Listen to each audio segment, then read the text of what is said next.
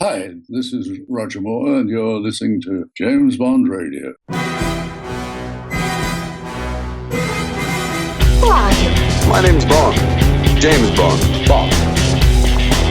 James Bond. Bond, what do you think you're doing? Keeping the British end up, sir. Welcome to James Bond Radio. News, reviews, and discussion of all things 007. Pussy. As you can see, I have no problem with female authority. Oh, pipe down 007. Do you expect me to talk? No, Mr. Bond, I expect you to die.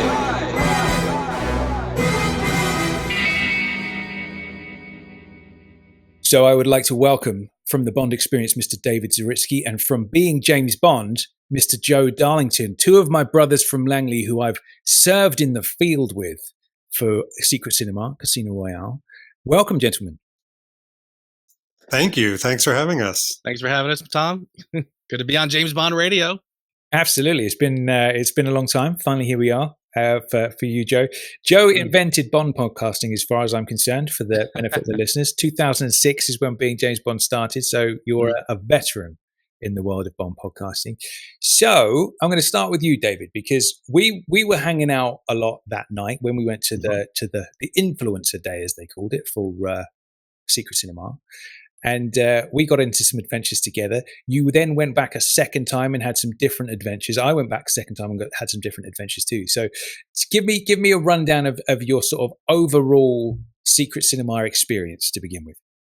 Yeah, my overall Secret Cinema experience was extremely positive. I think the first time that I did it was great because, of course, it's new, right? It's you don't know what to expect. I've heard a little bit of leaks here and there.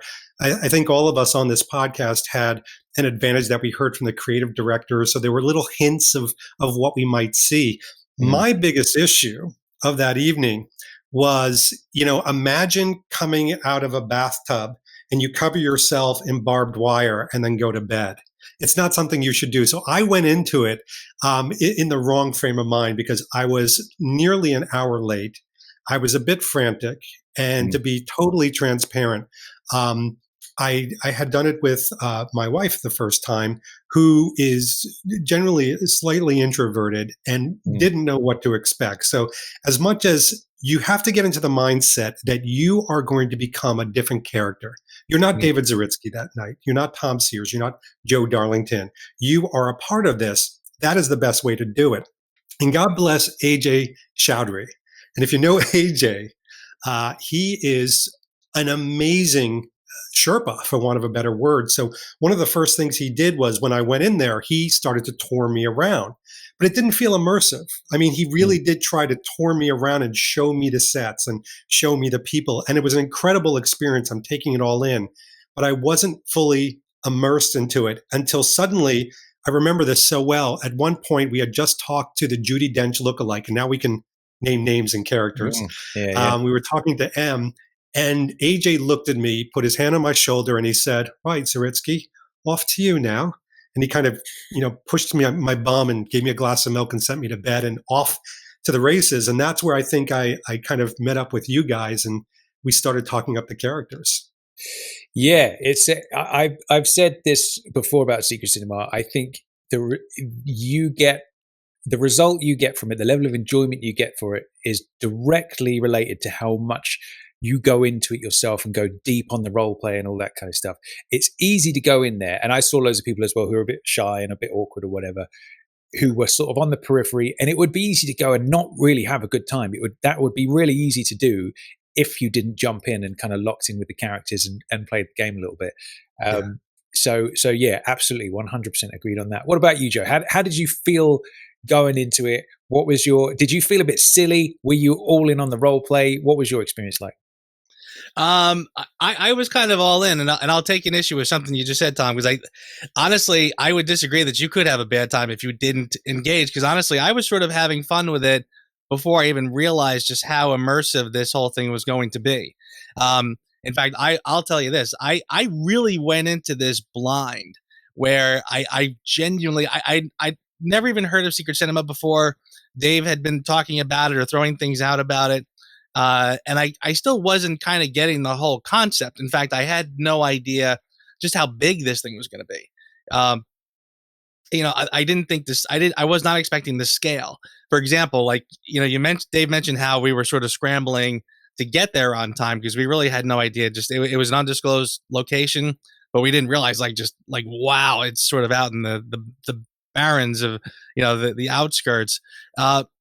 So when I actually, and by the way, Mary and I, my girlfriend and I, we did full character.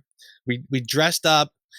Mary was, I guess we are kind of going spoilers. We could talk about the ins and outs of certain things. Yes, we can. She was in character. She was a music mogul. So she was covered with jewelry. She was all dolled up. She had the big, we found this big gold scorpion necklace, gold sunglasses, as gaudy as possible. So here's the two of us on the subway, looking ridiculous, getting these really funny looks from people. But it was whatever. We're in it. We're all in. When we get there, I was sort of getting off the train, already sort of scrambling. Now, which way do I go? Meanwhile, as soon as you got to the top of the steps, somebody from Secret Cinema was going, right this way, sir. So it was really well done and real well executed. So when we got there, already we were sort of feeling pretty good. Like they were taking care of us. They knew exactly where to lead us. And we did kind of go all in again, as far as character goes. I mean, Mary and I were scrambling at the last few days before to get full blown business cards made up. I mean, we really went all out. And when you walk in again, already I'm sort of like, wow, this is something else. But it isn't until, like you said, when you get in and you start to realize just how immersive this whole thing is. I'll say it this way too. Like if I hear that someone somewhere is going to throw a Bond event, like someone not really in the core, like hardcore nerds like we are, you get kind of nervous because you feel like as soon as you get there, you're going to kind of go, oh, that's wrong. Oh, they should have done that better. Or, you're already going to sort of be the armchair critic. I was shocked at just how accurate and the level of detail that they got into. Like when I first couple stops, it wasn't until I saw the room where I kind of went, oh my God, that's got to be the Ocean Club, because it looks exactly, and I walk in and I'm like, oh my God, the poker table is exactly like in the film. And then I realize people are dressed exactly like characters from the film. And then I see Solange and I'm like, you have to be kidding. Like, I mean, she was dressed perfectly. Like, I mean, she looked like the girl who played her was spot on. The dress was, I mean, I probably down to the stitching accurate. And I kind of did one of these where I turned to Mary and I went, oh my God, look, she's Solange from the film. And I swear to you that the girl playing Solange, catches this. And I see her kind of make her way around. And I'm thinking to myself, this is how smart they are. They realize that I've sort of made the connection, so she knows I'm going to appreciate it. She comes over and gives me the little, I need you to do something for me, or a little conversation first. I need you to do something. And I'm like, oh, this is great. So I was already I was just sort of over the moon from the first few minutes. Hey, Joe, I got to tell you something about while you're on the Salon subject. Because, I mean, literally, we could take every character and make a podcast out of this. But when I also saw Solange that night at the bar, at the first bar when you first come in, and we had a quick conversation. She was drinking water. And I said, you should try something a little bit stronger, something like that. It was some sort of double entendre. And she was so good about engaging people. And she came over, she had a conversation with me about what do I do. And I'm telling her, because if you remember, my tuxedo was lost in the mail. So I did, again, this was a bad going into night for me initially. So I was wearing some Oliver Brown stuff. And we got into a conversation. Now, here's the crazy part. As I told you, I went back a second night, many months later, for Simon Rosgar's birthday with my friend John Edwards as well. We got there so early that the characters were all mealing about, but there was only 4 or 5 guests in the whole place because we got in a little early. She's literally at a bar. She comes over to me, and I'm not making this up. You can ask Simon. She comes over to me. She goes, there he is. How is the fashion line going? Now, how many people does this actress run into on a regular basis? And she took us on for the next 25 minutes, an entire adventure centered around the fashion industry, double crossing. We actually wound up double crossing her and ratting her out to her husband, to which she was furious and she started screaming at us in front of everyone. But I mean, it just goes to show you that I'm in total agreement. These actors and actresses were absolutely taught the role, and to really, the whole idea was to take it. Even if you engage one individual on a storyline that lasts the 2.5 hours you have before the movie, you can take it as far as you want it. And it's amazing how they connect. Smart. She was just absolutely amazing. Yeah. Again, just like beyond being a spectacular actress, being beautiful and looking the part, just a great person. And again, made the whole thing just so much fun for all of us. Yeah, I think, Joe, you've hit upon something because, as people know, Secret Cinema is traveling now, and hopefully it'll go to a town near you. One of the things that I found was the first time I did Secret Cinema, until I hooked up with Tom and some of the other guys later, it was more about the sets. It was more about the noise and the environment. And by the way, the first night when we went there were 1,500 people. I mean, they warned us, and it felt like 1,500. I mean, you were like jockeying for space. And I saw some of the characters, when people recognized that they were there, there'd be like 10 people trying to get some storyline going with them. When I went, I'm not exaggerating, there must have been like half or less than half of that many. And nice. So the second time I went, first of all, I knew the sets. So now I was the AJ Chowdhury. I could tour the guys around. So literally the second I went in there and I was spotting all these, actors milling about, for 2.5 hours, we kept into character the entire time until we started chatting up somebody who we thought was an actor, but she wasn't. So that was a little embarrassing. But that's part of the wonderful danger of this, is that improv. I mean, it is 2.5 hours of improv, of getting into character and not caring if it's one of the 50 actors that have been hired or it's one of the 750 you just happen to run into. Yeah, I had a similar experience. Not that there was that many less people the second time I went, but the second time I went, I was like, right, I know what to expect now. We'll tell a story in a minute, David, about your and my encounter with the chief. Basically, long story short, we had a chance to sit down and play cards with the chief. I didn't know how to play poker, so I was like, I can't humiliate myself. But I thought, right, when I go back, I'm going to learn how to play poker. I'm going to be a Texas Hold'em master. I'm going to sit in Bond's seat opposite Le Chiffre, and I'm going to take him to the cleaners. But then I ended up going down a completely different pathway and never ended up really even seeing Le Chiffre that night. But what I did, I when I arrived, I was like, right, everybody's. You obviously, if you remember, you come in and you're in Madagascar, aren't you, when you first arrive, and there's that whole set piece. I thought, right, I'm gonna sneak off and I'm gonna do my thing before everybody else arrives. So I went straight to Venice because that was my clue. Last seen in Venice, and I thought, right, I've got to, Monique Delacroix was the name of the person I had to get her business card.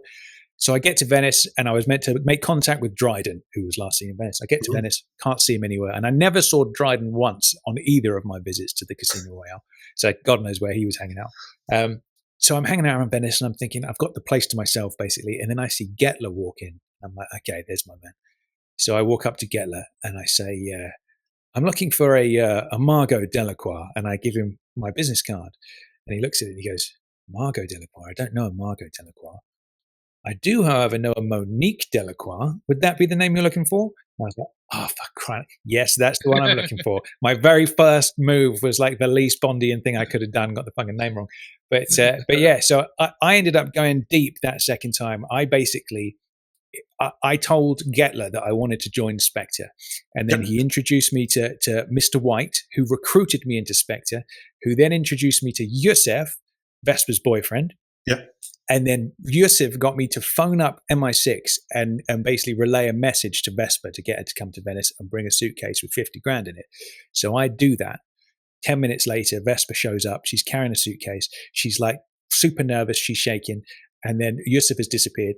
And then Mr. White and Gettler have her up against the wall. And they're like, right, you're going to inform on this. You're going to work for us, blah, blah, blah, blah. Give us the money and all this, or we're going to kill Yusuf. And she's against the wall and she's shaking and she starts crying and freaking out.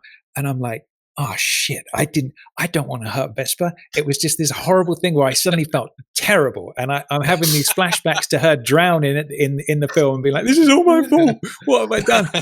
And I think one of the things that is tricky about secret cinema is my plan was I was going to join Spectre and then I was going to double cross them at the end at the last minute. But there is always that thing of, damn, is this the right story thread for me? Because maybe there's a better one. There's always that FOMO thing in the back of your mind. That there's so many things to interact with. You're like, and I've got this limited amount of time before the film starts. Is this the best thing I should be doing? And then it's easy to sort of like disengage a little bit and kind of not follow a path all the way through, because there was this master storyline, wasn't there? That there was a suitcase with 100 million in it heading for the casino. And there were 100 suitcases. Only one of them had the money in it, and all the other ones were dummy suitcases.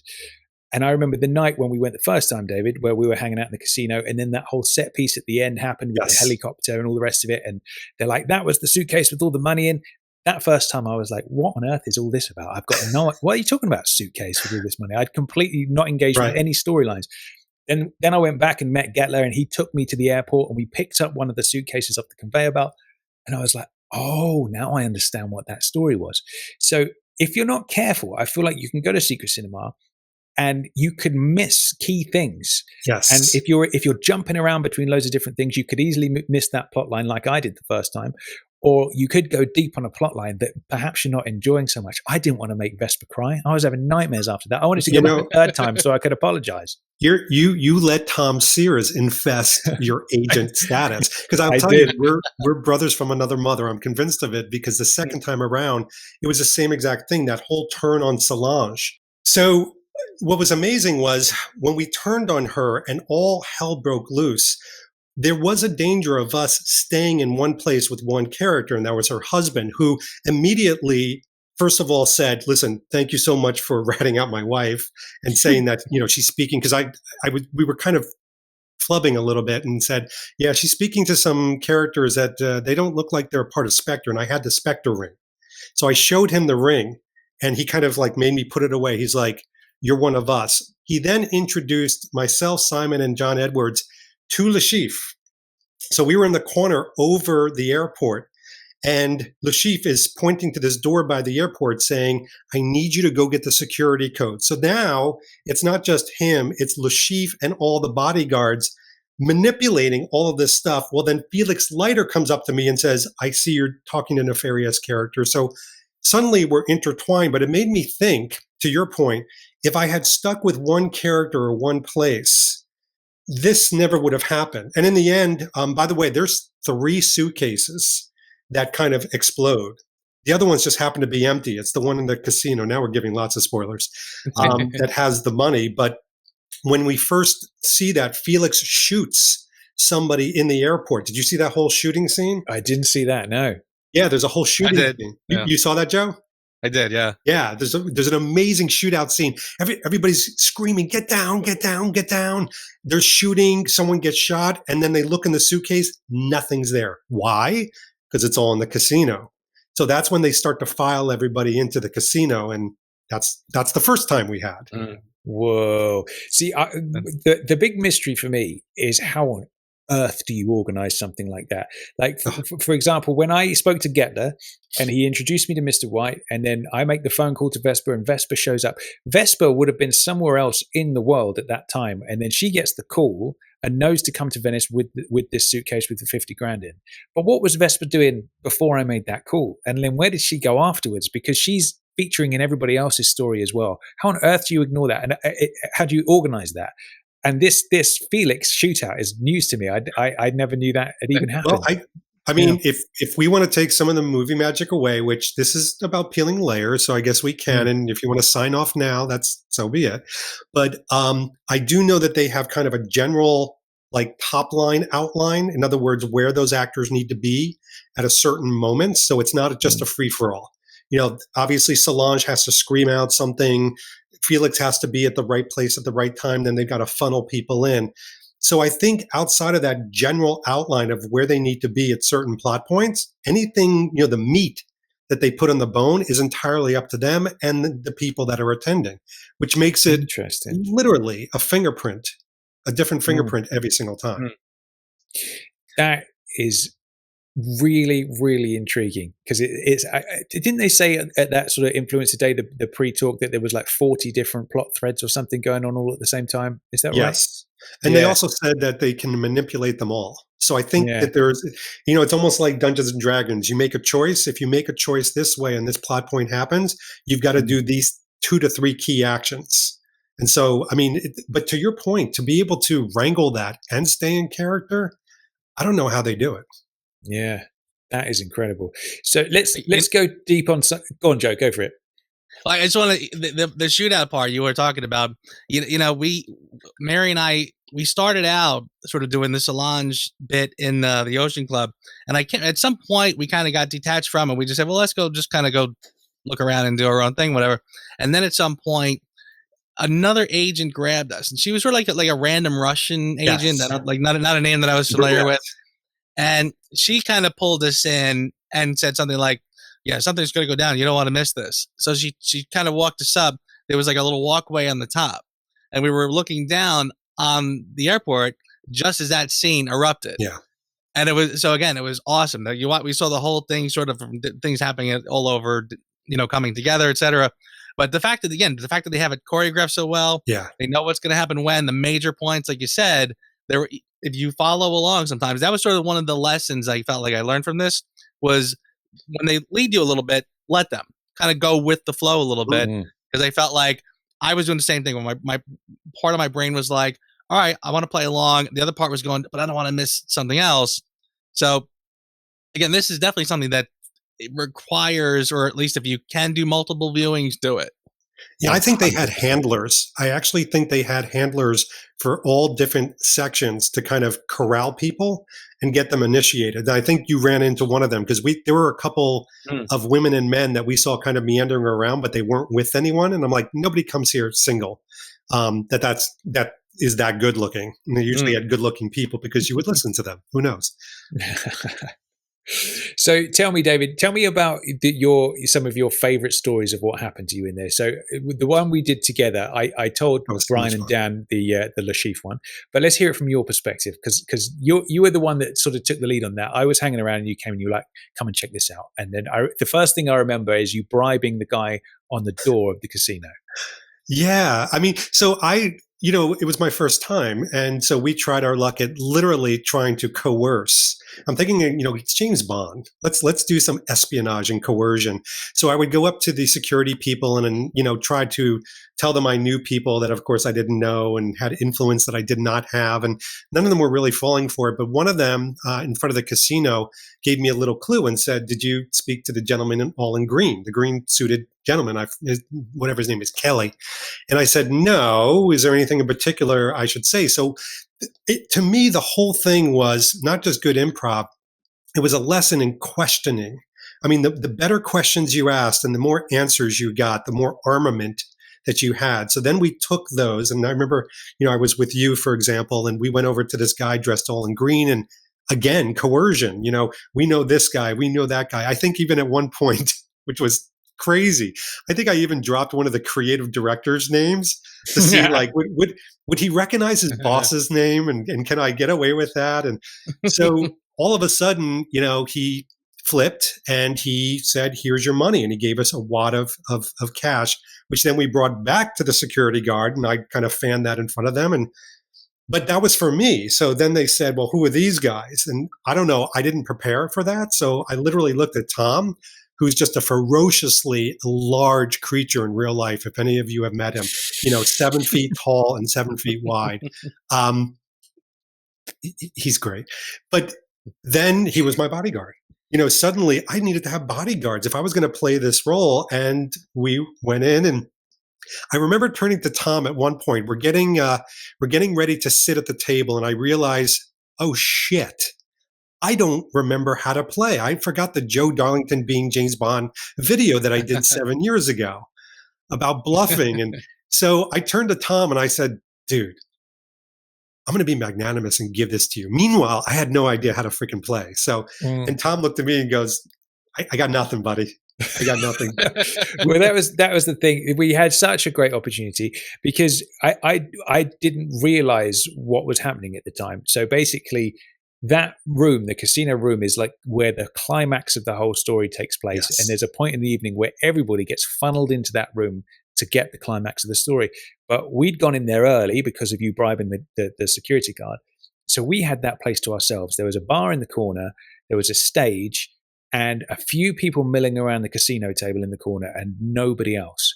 And we were kind of like, what's going on here? Why is nobody else in here? This is kind of strange. Yeah. And so we get there was like the velvet rope around the table, and we both go in there, and then you and I are like, no, you do it. No, you do it. I don't know how to play poker. Neither do I. What do we do? It was just like, if there was anything that we should both know how to do is play poker as Bond fans, Right. but neither of us did. So I didn't want to make myself look like a fool in front of Le Chiffre, who wasn't there at that point. It was just a sort of empty table, and there was a whisper that Le Chiffre might show up. And then you were obviously the same, but you braved it and you took the seat, and then Le Chiffre walked in. And that dude, the dude playing Le Chiffre was incredible, wasn't he? He's incredible. He had all the little mannerisms down, like the flicking of the casino chips in the one hand, just like he does in the film, and all the rest of it. He was amazing, man. I was super impressed with him. He was great. And the first time when we were sitting with him, if you remember, I didn't know how to play. So the dealer was getting legitimately frustrated with me. She was very upset with me because I didn't know when to bet. She's like stamping the table like this. Maybe she was acting, but then all of a sudden, Le Chiffre, when he shows up, he's getting upset with me and he's getting frustrated and he's yelling at the girl who's one of the actresses next to me, and she's handing me a card. I'm handing her the Universal Export card that you can buy in the gift shop, saying if you need help. But I got no storyline because I'm sweating bullets because I don't know how to play Texas Hold'em. And now the entire ballroom is filling with people who are now watching Tom and I. Tom's standing next to me like a freaking bodyguard, and I'm playing badly. I will tell you, this guy is so good playing Le Chiffre. When we did it the second time, and now I was Le Chiffre's best friend, and I was helping in this whole storyline, I got to sit at the table again. Oh, and nice. It was amazing. So two funny stories with that. The second time, Simon, my friend who was celebrating his birthday, was behind the velvet rope, but I was up on the dais. And literally, Le Chiffre comes over to me, puts a hand on my shoulder, like almost like a gentle, nice rub, like, hey, you and me, buddy.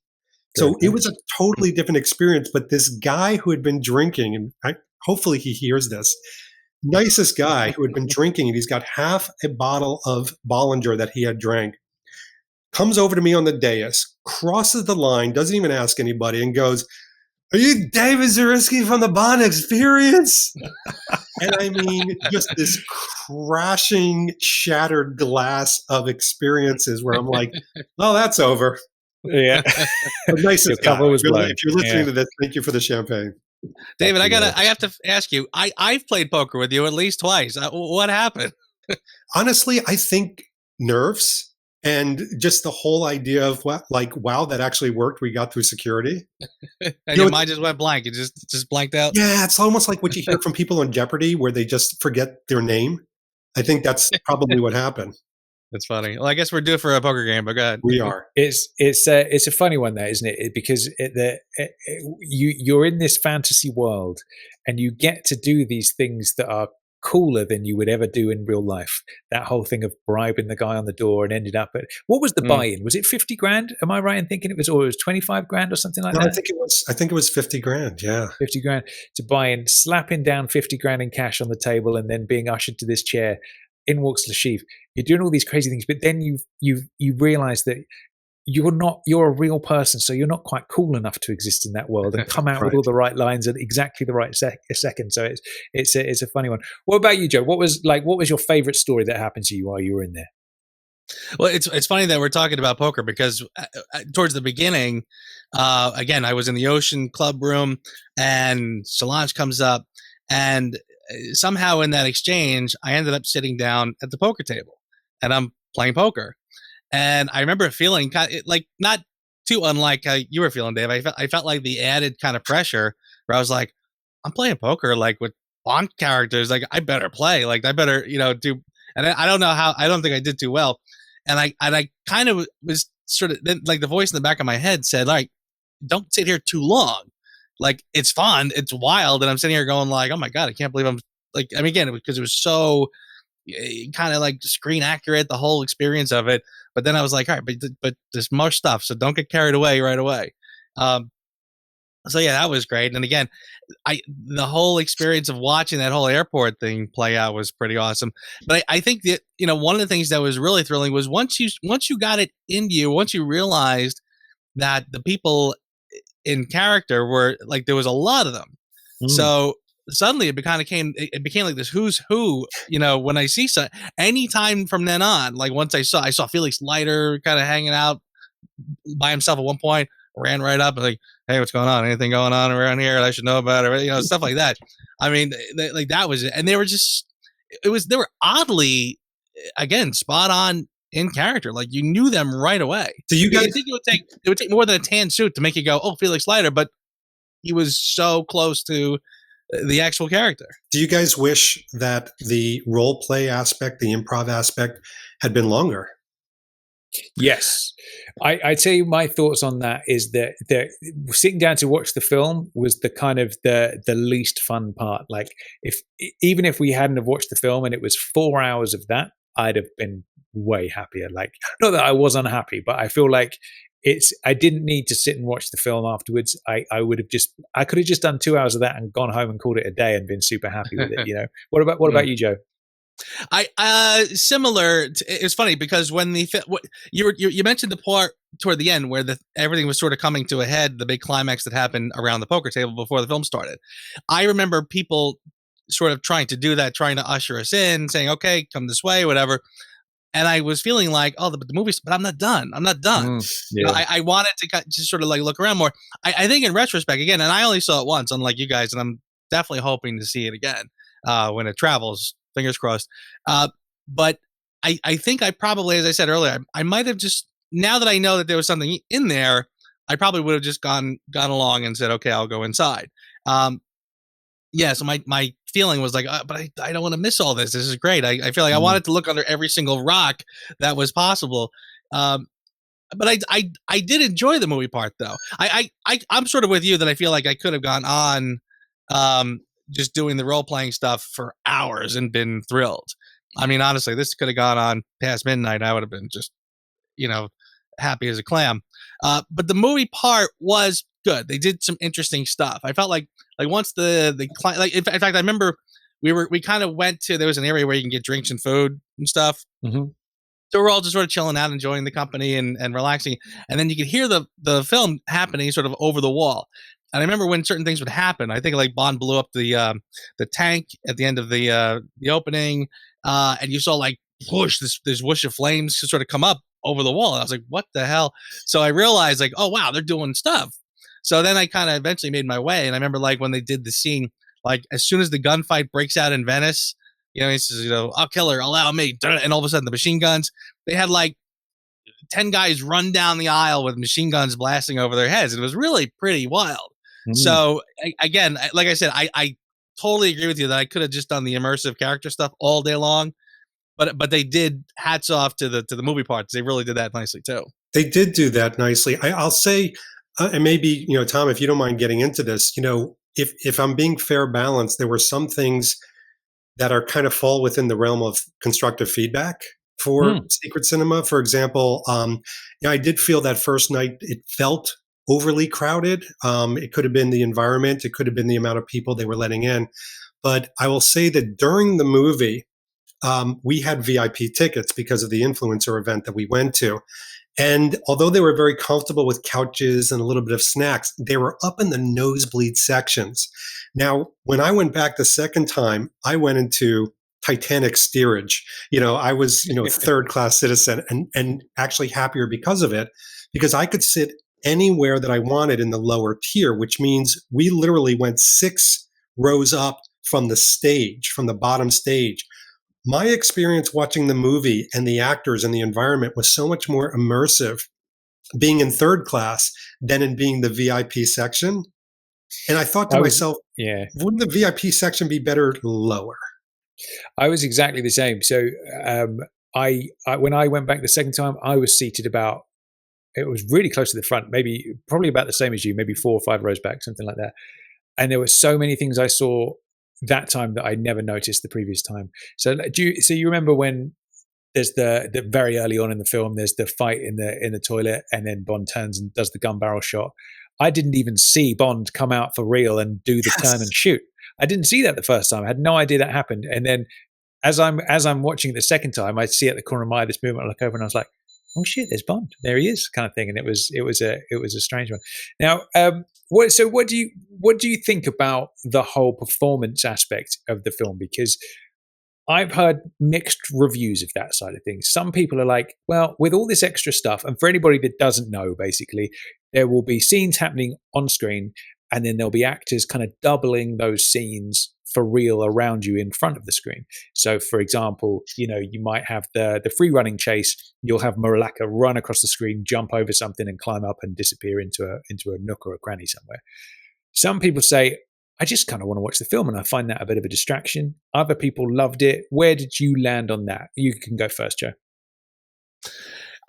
Well, again, it was funny because I was so hesitant to even go in and sit down and watch it because, again, I'm saying to myself, like, I've seen this movie like a dozen times. I could recite it by heart.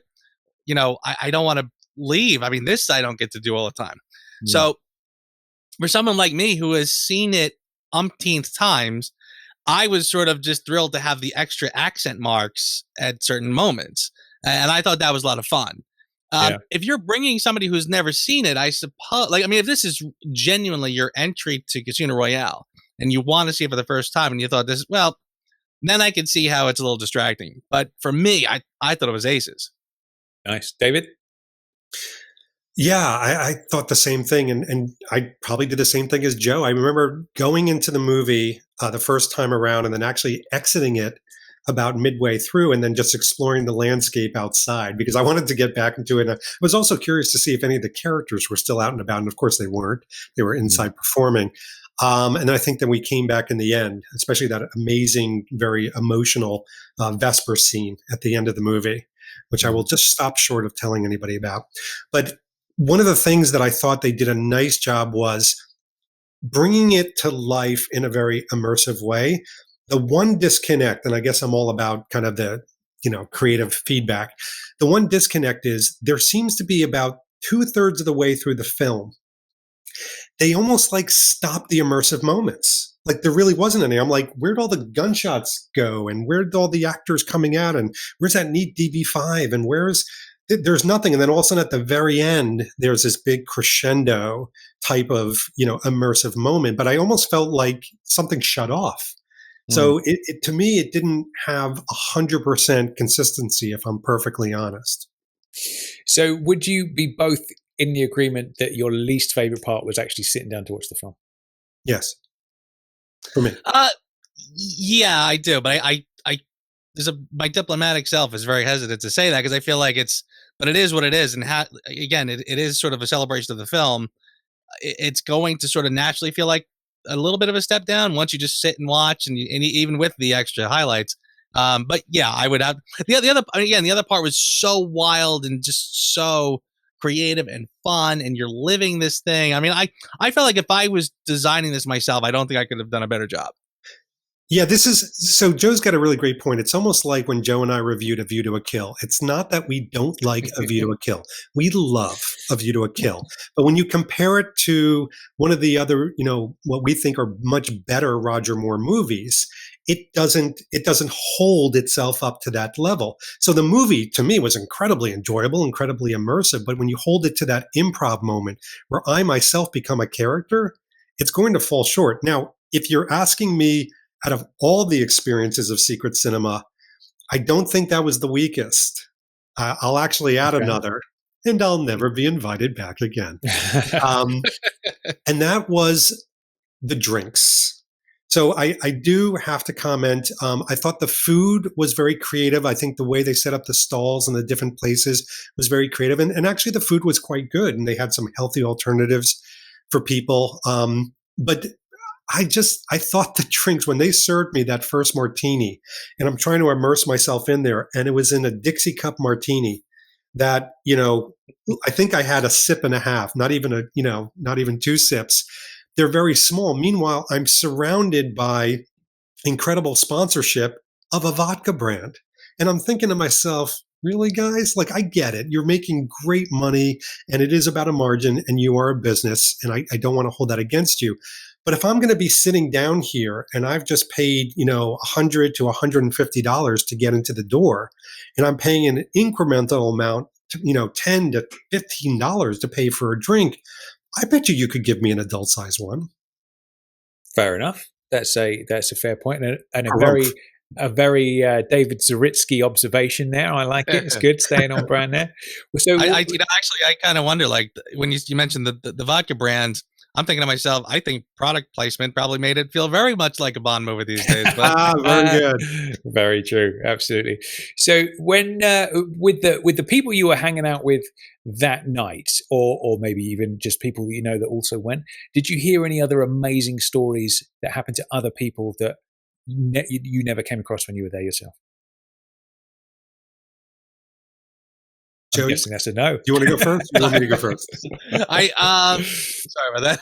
I mean, I definitely heard a lot of really good stories. I mean, but again, it's a lot of the. I'm trying to think if there's anything like real specific that stood out. But there were people who just the interactions with some of the characters. Some of them were just spectacular, and I felt like there was a lot of great stories where I felt like, oh wow, I wish I saw that. At one point, I sort of got pulled away. And, when you're talking about kind of like down moments, this wasn't terrible, but at one point I got pulled in to where Mr. White was, he was there, Gettler was there, and it was sort of like the meeting of the baddies at one point. It was in this quiet little room that felt like it was sort of off the, it was near Venice. It was like a room somewhere in there.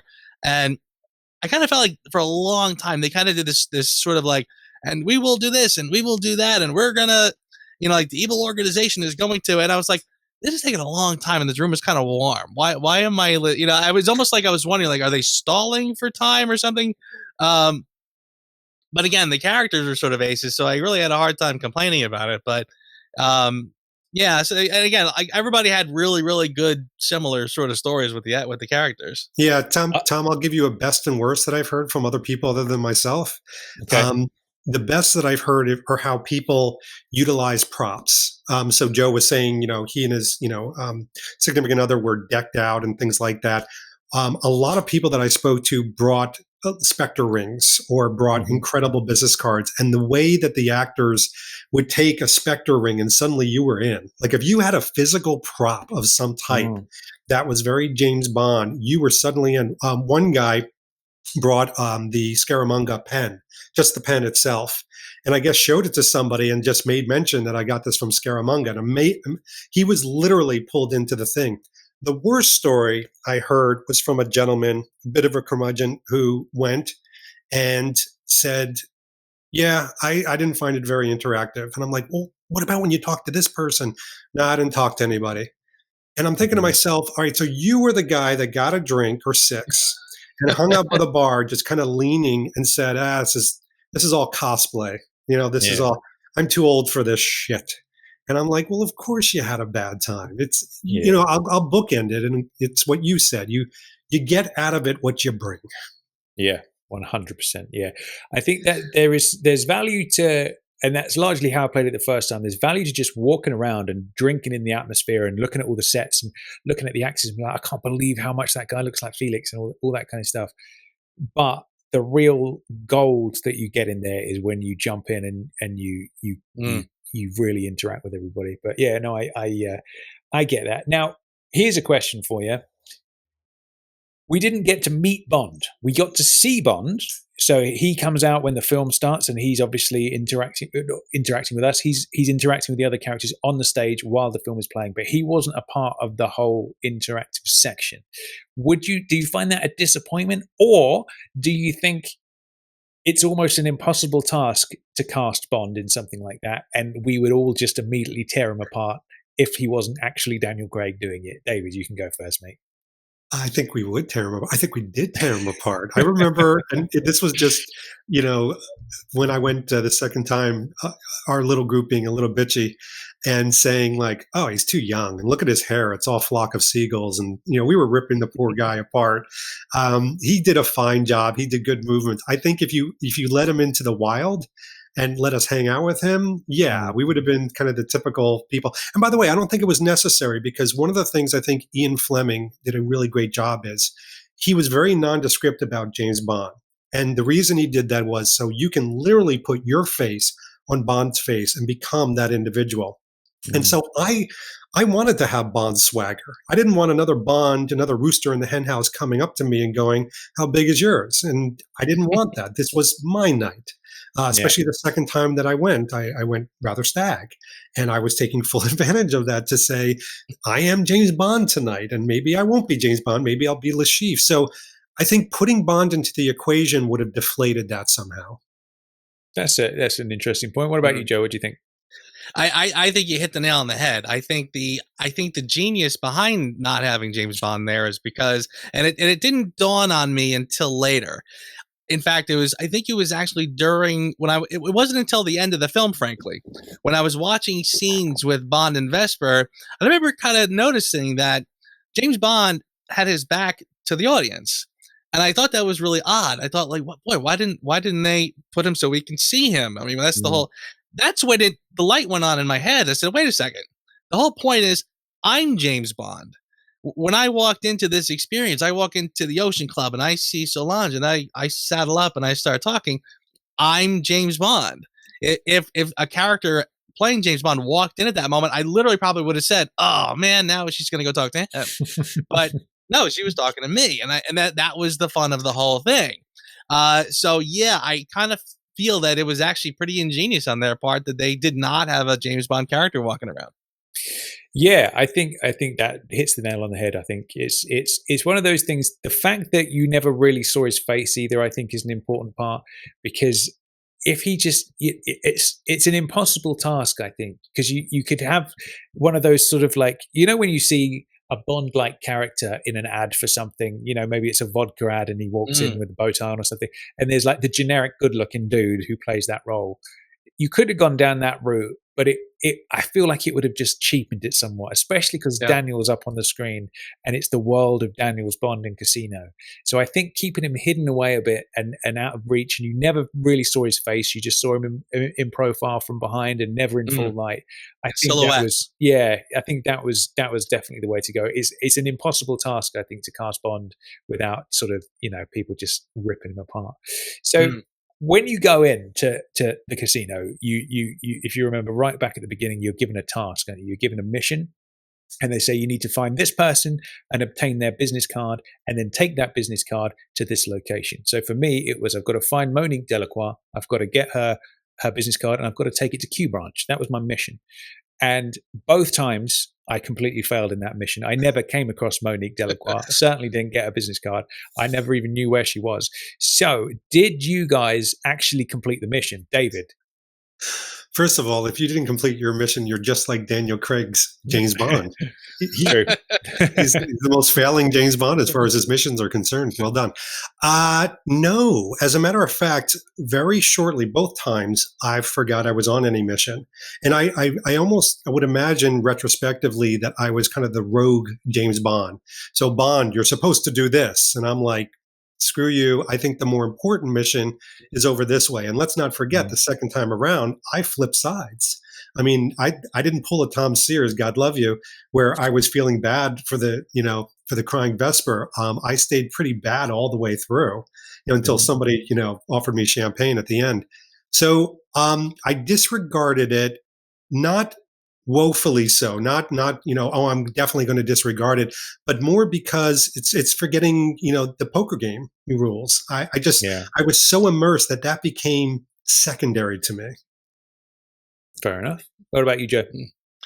I honestly, I think I forgot it very quickly. I think that, one of the fun things about the whole experience is that it's kind of low attention span theater.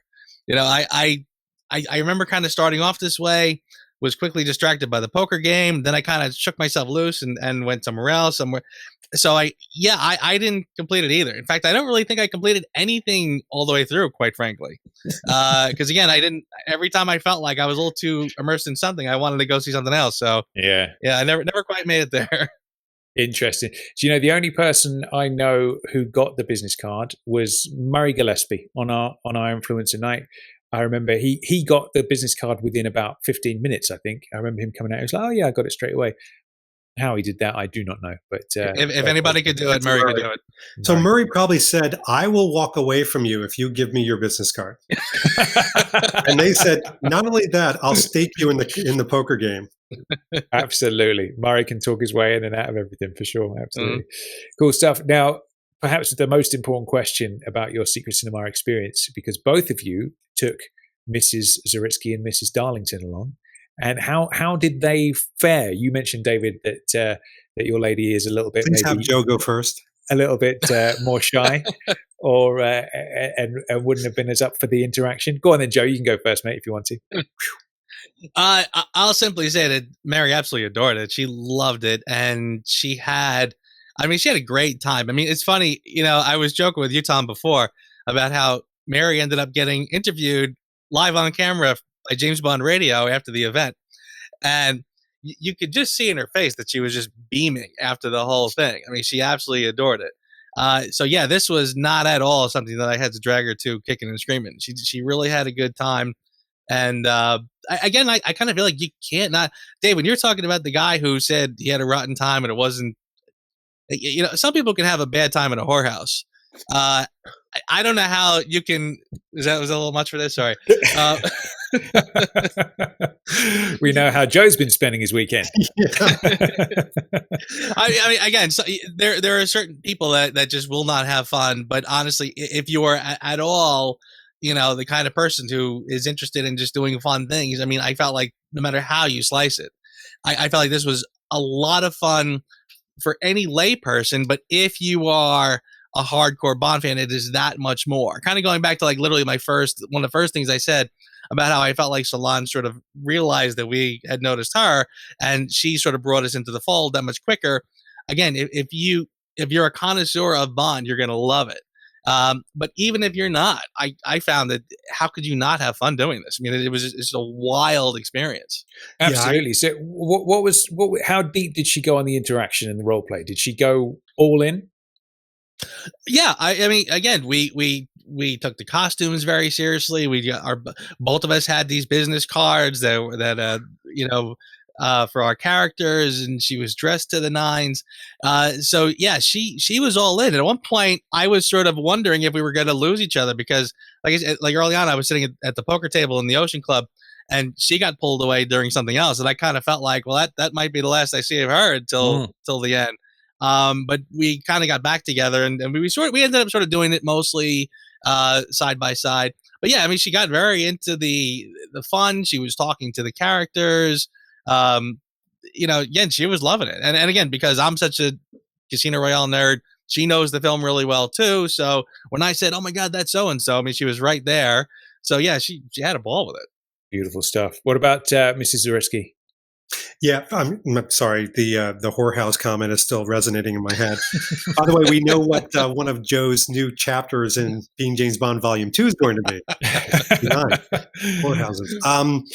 So, it was a little bit unfair for Danielle because she's incredibly supportive of the hobby. I mean, you've seen her behind and in front of the camera. I think what happened here was 1,500 people for someone that doesn't like crowds, number one.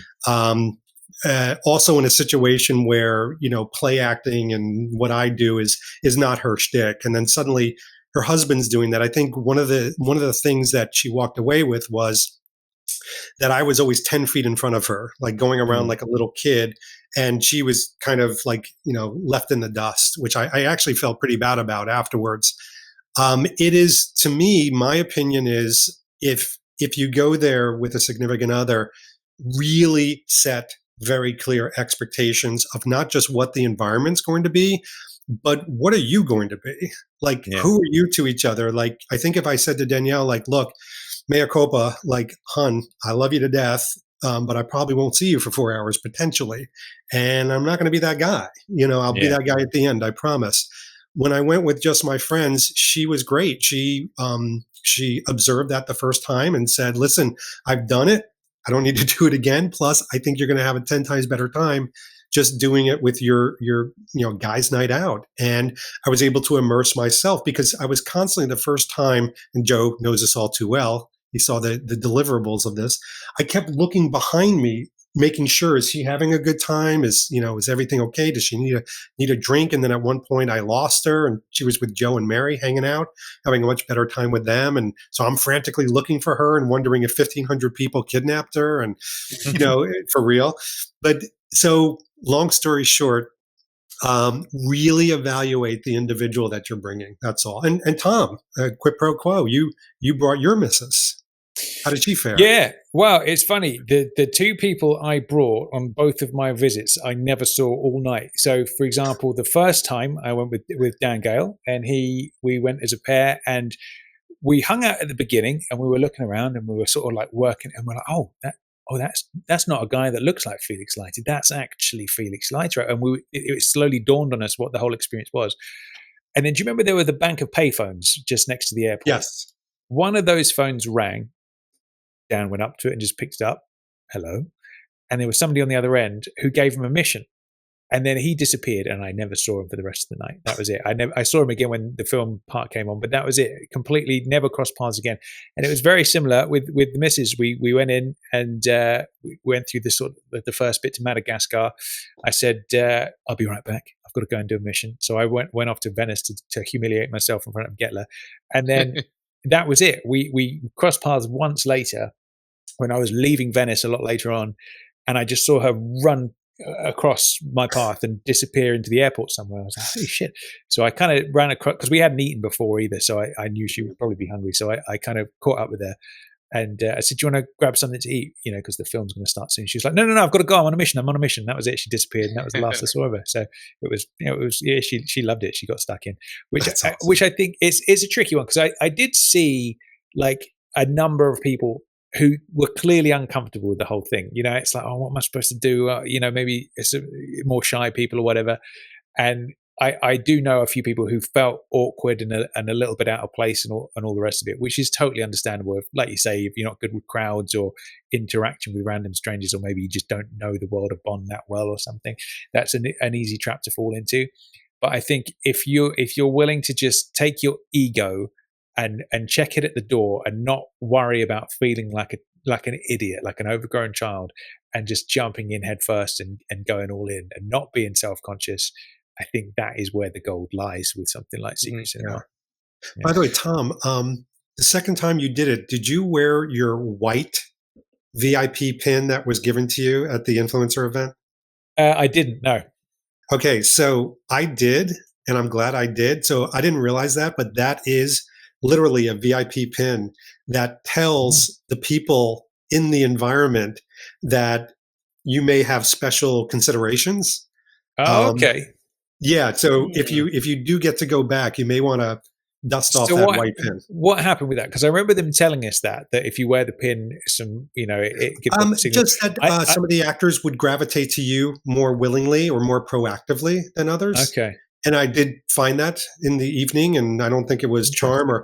The other thing is, I made a conscious decision the second time to wear something, observing people the first time. I mean, it was mostly tuxedos and black suits.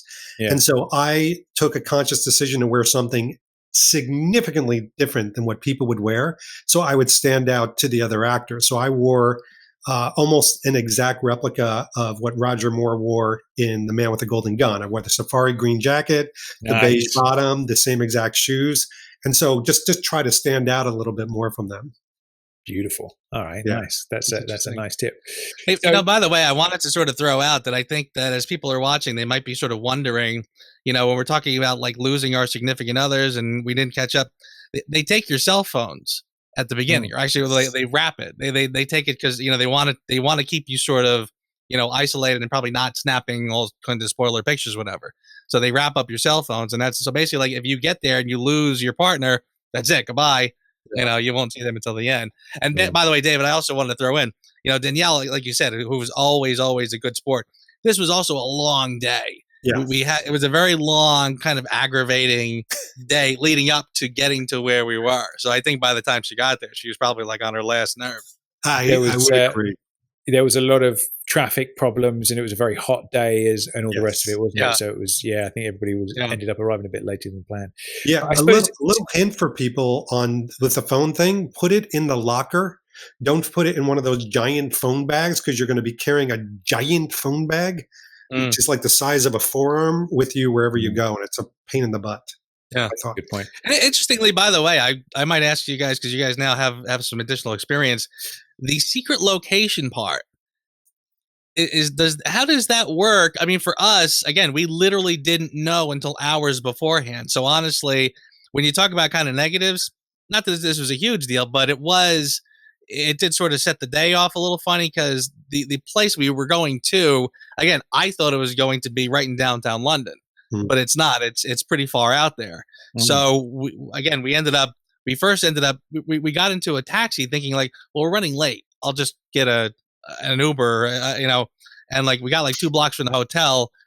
15 minutes later, realizing, all right, this is not going to work. So we got out of the Uber and got onto the train, then took a train all the way out. When did they tell you about the secret location well enough beforehand? Yeah. Or was it just sort of a thing for us? No, they send you an email, and I know a lot of things were getting lost in communication, Joe. But I think some people got it 2 weeks before, some people got it a week before, but enough that they could plan it out. Our biggest issue is because we were from the States, we didn't realize how kludgy it was to get there, and how complicated and how far outside of London. Right. Yeah. Yeah. It was. I mean, even though it was in London, it was sort of like, okay, but that not. It was in Scotland. Yeah, being British, Dagenham is not really. I mean, it is London, but it's also kind of like as far out as you can possibly get before it stops being London anymore. For us East Coasters, it's like saying that the outskirts of Long Island is still technically New York City, right? Even though it's fair play.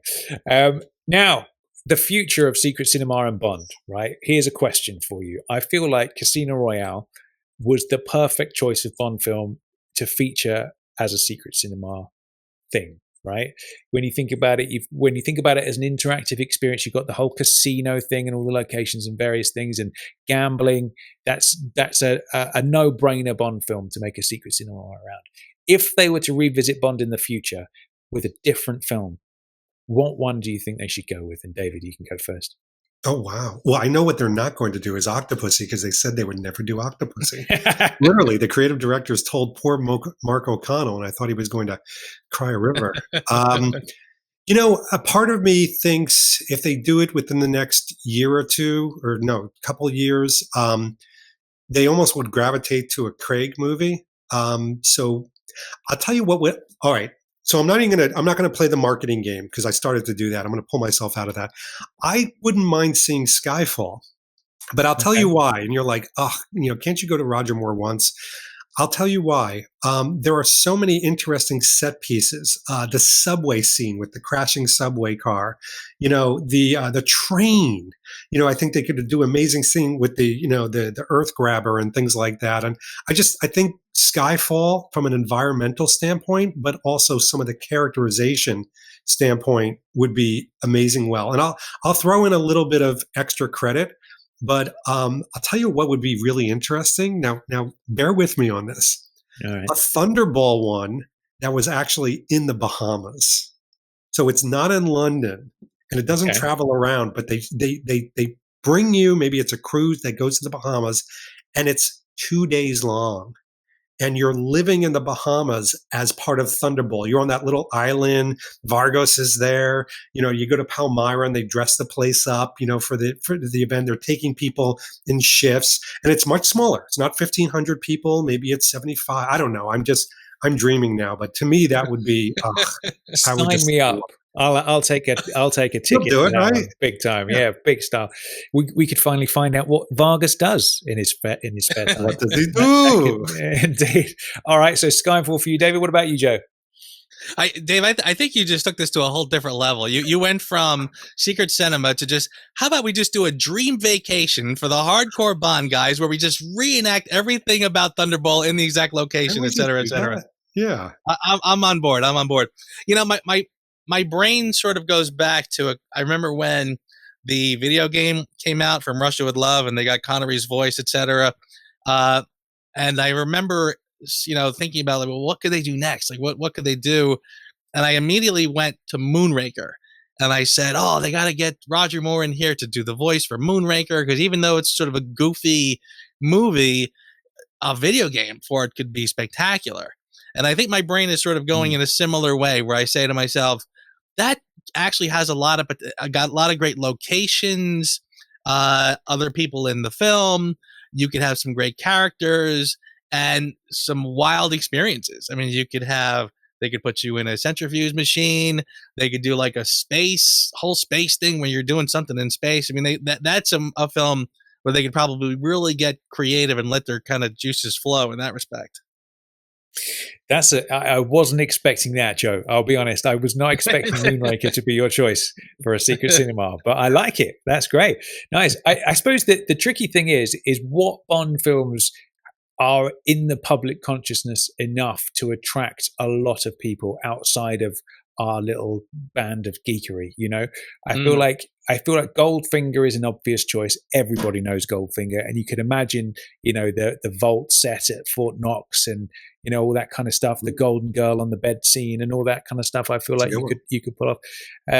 So it's a tricky one, like you say. I suppose in the modern times, I guess Skyfall is the obvious choice, isn't it, really? Because when you think about that, you've got the casino in Macau that could easily be a part of it, and all the rest of it. So, and being the most popular one in terms of box office, I guess Skyfall would be the obvious one. So, slightly different angle on the same question. If they did revisit Bond, okay, Joe, you want to see some Moonraker, and David, you want to see some Skyfall. Realistically, what one do you think they would go for? I will say, I think realistically, I agree wholeheartedly with what you guys said about Skyfall. I think that is probably the next best bet after Casino Royale. But I'll add this: if you were going to go down the James Bond road again, and if you were not confined to one film, you probably could do something pretty interesting where you sort of do secret cinema Sean Connery's James Bond, where you sort of dance around a little bit from film to film to film, highlights from each one, to sort of come up with something that is very, again, takes you down the road of the Connery era. Similarly for Roger, if you wanted to do something like that, where you took the highlights from different films. Because when you said Goldfinger, I honestly, I'll be brutally honest, I kind of went shh, because I immediately kind of went to like, so you'd be sitting in a cell for a half an hour, then you'd be dragged over here and I was like, well, but I hear you that there are some iconic moments to tap into. So I guess my thought is, again, if you had enough of those from Connery, you could get something that people could get excited about. But I do agree with you that if we're going to stick to, you do the film, you show it at the end, I think Skyfall is the way to go. I think there's a lot to be said for having not being tied into one specific film. Imagine if they did one that was Connery era Bond and it was period 60s Bond. You know what I mean? I feel like yes, yeah. It doesn't have to be an existing story that we all know, but maybe it features elements of several Connery films, or even if it's an original kind of plot that it doesn't follow anything. It's just in that world. Whatever it is, I would definitely buy a ticket, and I would definitely go several times. Yes. But yeah, I guess it's a funny. I don't know what type of company they are. Whether once they've done one property once, they don't really revisit it, and they because they've obviously done Empire Strikes Back and Back to the Future and all various things. I don't believe they've repeated any particular, genre of film or franchise yet. But yeah, one of the interesting things I found in the experience too, by the way, when you talk about Skyfall, Dave mentioned, Dave kind of reminded me of this earlier when he mentioned that he held up the Spectre ring. He says, and I did notice that they didn't limit themselves specifically to Casino Royale either, by the way. They allowed themselves, the storyline, the general foundation for sure, locations all from Casino Royale, but there were moments when they would hint at other things from other films. Yeah, other characters, or just Spectre in general, or some such and such. So they didn't feel the need to confine themselves rigidly. They kind of let themselves say, we exist in the Daniel Craig world, so if it's out there and you're going to see it in another film, we can mention it here. Joe, I had told you this story, but the second time I went with Simon, in the Venice thing, they had this woman come out and she's singing almost like an opera. And we were standing with Mr. White. And so I jumped into it and I said, Tosca's not for everyone. And he looked at me and he goes, I couldn't have said that better myself. So it was this whole thing Did of you like, steal his line? I stole his line, crossing boundaries and crossing borders of the James Bond films. I think that could work. It's interesting if, March, April, May, let's say May of next year, if we were to revisit this podcast and Tom, you would ask that same question and said, would No Time to Die make a very good secret cinema? And it'll be interesting to see the answer that we have. Yeah, that's a very, very good point. So I suppose we'll talk about No Time to Die in a second. But what do you like if you were to sum this experience up for somebody that hasn't been to any secret cinema, let alone the Casino Royale one? How would you do that? I sort of, the way I describe it to people is like a murder mystery evening on steroids. You go to one of those murder mystery dinners and everybody sits down and then the characters come out and it's like a live kind of play and you're supposed to solve the murder. It's like that, but like turned up to 11, to quote Spinal Tap. So like how would you describe your experience and what that is for you? David, you can go first. So you want just a quick summation? Is that what it is? Gosh, I love your murder mystery. I think that's very good. To me, I think it is an immersive experience that is self-generated, if I was to put it into 4 words. And so what I mean by that is you could go in there and be that guy leaning against the bar, or you can self-generate the most incredibly immersive evening of your life that you'll have years and years of story. So they will give you the platform and the environment and the characters of a story. It's up to you whether you want to be a part of that journey and create those impact moments. So I think that's a kind of a general way to sum it up. Indeed. I suppose the only rule we were given before we went in, and this will resonate with Joe, because obviously after that whorehouse comment, it makes no sense. They said you can do anything, but just don't touch them. Yeah.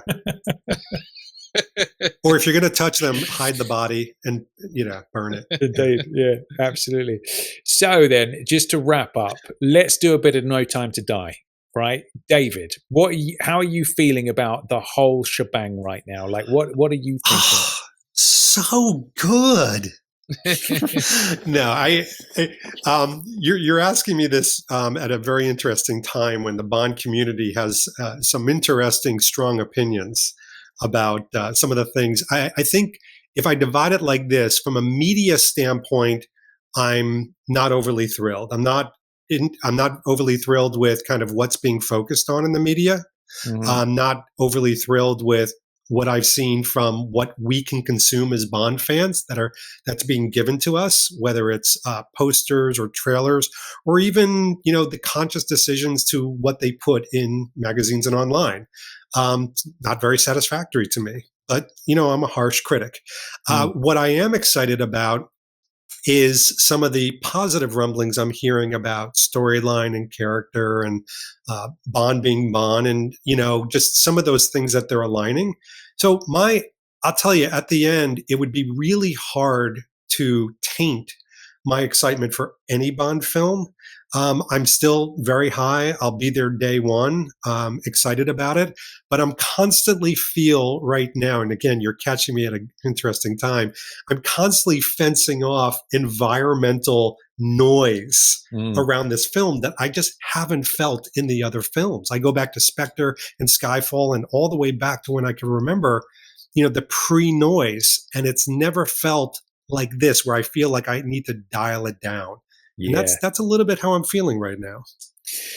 Yeah, there's definitely some energy, funky energy about this one in terms of the fan community and even the general community as well. I guess it all comes down to the sort of press twisting all the things as they love to do.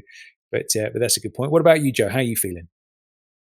I think, Dave, I think you summed it up pretty perfectly. And yeah, it is a weird time. It's funny, one of the reasons why I was a couple minutes late getting to this discussion, by the way, I literally just hung up the phone with Mark O'Connell because I kind of reached out to him because, again, we had some, we were talking about sort of the state of things these days and how my beloved community is starting to feel very fractured because we're all sort of getting into these bizarre discussions about things, bordering on political discussions. And again, you mentioned the Hollywood Reporter article, and again, that obviously drummed up a lot of very bizarre commentary, discussions, pros, cons. And without getting into graphic detail, I literally said, how is it we're even talking about this? But again, like you said, David, this is what they're giving us. This is what we're consuming as Bond fans, as we're eager to hear things. So the stuff they're kind of giving us is kind of making me go like, what? So yeah, it's a weird time.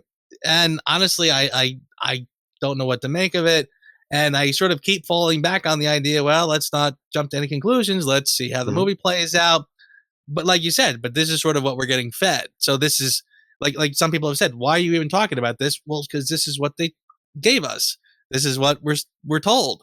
So yeah, I guess I'm just sort of like, well, but I am sort of getting almost numb to the back and forth of the whole thing. And I'm just sort of at the point where I'm like, let's just wait to see what happens, I guess. Yeah, it's. I suppose the difference this time, like you were saying, David, it's you don't remember feeling like this in the run up to a Bond before, is that this is the first time where the whole sort of PR circus campaign has been so disjointed. It's like every other time when they've done the big reveal press conference, it's been like, yes, we've had some meat to get our teeth into. We've, I think like the execution of the Spectre one was perfection. You got the DB10 there, you've got Sam Mendes in control with the title reveal and everything. You felt like you were in good hands and it was great. And then this time it was, that Jamaican press conference was just a bit of a shambles and nobody had anything to say. It almost felt like they just got some stand-ins to just pretend they knew what they were talking about. And it was all very strange. Then the relentless negativity in the press, and we would have those little vlogs from set, wouldn't we, for Spectre, where it was like little 2-minute segments with little mini interviews with this person and that person, and you felt like the machine was moving and it was well oiled and executed perfectly. Whereas this time on that side of things, we've not really had anything, and I think that's where the negativity comes from. With that said, everything I've seen so far from the actual film, the Jamaican sizzle reel being the only real kind of meaty thing we've had, that to me sounds and feels and looks great. So as long as what they deliver is a quality thing at the end of the day, I don't think there's anything to worry about. Yeah, I think you nailed it. And, I said earlier, it's really difficult for my enthusiasm to wane. I think one of the things that all of this has done for us is it's made very positive individuals in the Bond community, yourselves included, obviously, shine. I think people are really grappling on and holding tight and embracing people that have a positive word that can share that word to a larger audience, because that's what they have right now. That's the positive news is positive and enthusiastic words. I will say this too, and I'm sure I'm not going to win any contests here by saying this, but to me, it just all feels a little last minute, whether it was the press conference, the poster, the title, any of the reveals, James Bond Global Day, any of those things seems like 11th hour. And I think about some of the events and things that we think about as fans and how much planning goes into it and passion. And I want that passion and planning to be seated in the right place, which should be the movie. Now, in the end, I just want a good movie. I get that. But we also, let's not fool ourselves, guys. We also live up for the runway. We've got to do something with ourselves until, the beginning of April. So without that, I think we're doing a nice job filling in the gap, but it just feels weird that we have to fill in any gap. Yeah. Absolutely. Yeah. I think, Joe, you summed it up there with what we've been given. That's why the fan community, there's this weird buzz going around is just that we've not been given those usual little nuggets of stuff to get excited about. And it's just been a sort of, all those dates would cross paths, like Global Bond Day, like you were just saying, David, where you kind of expect they'd give us a little something and then they just kind of didn't. So it's, I think that's where it all comes from this time. But like I say, if what it lacks in the PR campaign this time, as long as they put it all on screen, that's all that really matters. But it is a shame, like you say, because the run up to the film can be as exciting as the film itself, in a lot of ways. So it is a shame. But gentlemen, thank you for joining me. It's been it's been a long time coming for especially you, Joe. You've not been back on for a while, David. I remember you were on one of the Collectors of Bond episodes many moons ago, and you've returned. So it's good to see you both. Thank you for joining me. Thank you, and best of luck on JBR Part 2. Thanks very much, man. 2.0, yeah. 2.0. Thanks for having us. It's always fun, always a good time, and yeah, I'm thrilled to see what's coming up from JBR. Beautiful stuff. All right, guys, I'll see you soon. Bye. Thank you, Tom. Take care. Are we not doing that? Bye.